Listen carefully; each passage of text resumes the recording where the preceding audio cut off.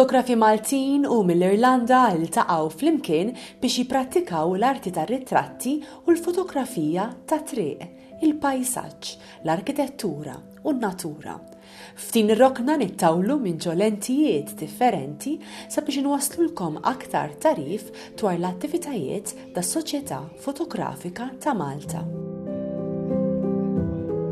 Għall-ewwel darba fl-istorja ta' kemm ilha waqfa l-Malta Photographic Society għal dawn it-62 sena, din hija l-ewwel darba fejn il-Malta Photographic Society stiednet grupp ta' fotografi barranin mill-Irlanda minn Dublin Camera Club biex jiġu għaw Malta u nitturjawhom photographic tour madwar il-Gżejjer Maltin.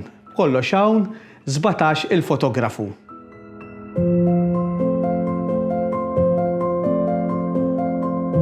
L-idea kienet illi aħna nixtiequ illi il-membri tagħna ikollhom exposure ma' fotografi barranin.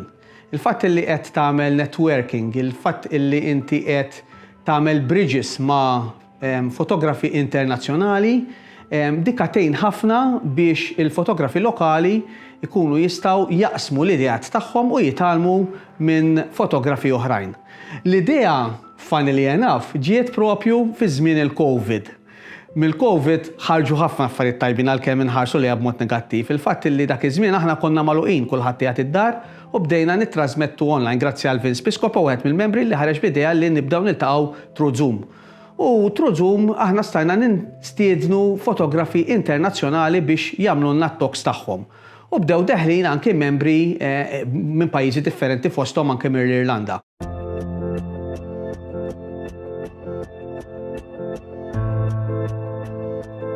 Kien hemm ċertu wieħed Patrick Hogan illi kien qed jinteressar u sar membru tas-soċjetà wkoll u ġitna l-idea ġiet waħda mill-membri tagħna li għandna Discern Group illi titturja tieħu ħsieb it-tourings u qatt isma' tixxi nippruvaw inġibu grupp hawn Malta ta' fotografi. Għaltilna hemm dak Patrick Hogan u forsi nikkomunikaw mal-Camera Club li qiegħed imsieħeb ma' Ħawwa. Kuntattjat il-Paul Selli huwa l-President tal-Dublin Camera Club, għamilna meeting, tajnihom itinerarju u għoġbithom l-idea li jiġu Malta.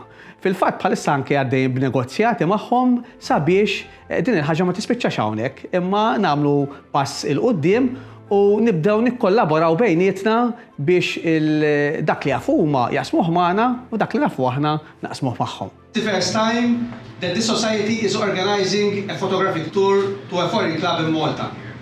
This was made possible thanks to the coordination. Il-motto tas-soċjetà huwa Fostering Friendship Through Photography. U dan il-motto mhux nużawh biss għal membri tagħna biss, imma l-friendship tagħna rridu nestenduha l-idejn ta' ħbiberija rridu wasluha wkoll ma' fotografi internazzjonali għaliex it's a win-win situation kemm għall membri tagħna kemm ukoll għal fotografi internazzjonali illi kollhom iċ-ċans illi jiġu Malta u aħna min-naħa tagħna nurruhom is-sabiħ ta' Malta u jaraw il-pajjiżna mill-lenti tagħhom li ħafna drabi għalina tkun saret ordinarja u aħna min-naħa tagħna meta mmorru hemmhekk jew inkella nisimgħu lilhom x'għandhom xejdulna nitalmu wkoll. Jiġifieri hija opportunità tad-deb u nistieden ukoll li minnu fotografu f'pajjiżna jingħaqad mal-Malta Photographic Society għaliex perswas li ħajkun qed jieħu bagalja ta' informazzjoni li jura miegħu id-dar. Friendship through photography. And this is being broadened to an international level.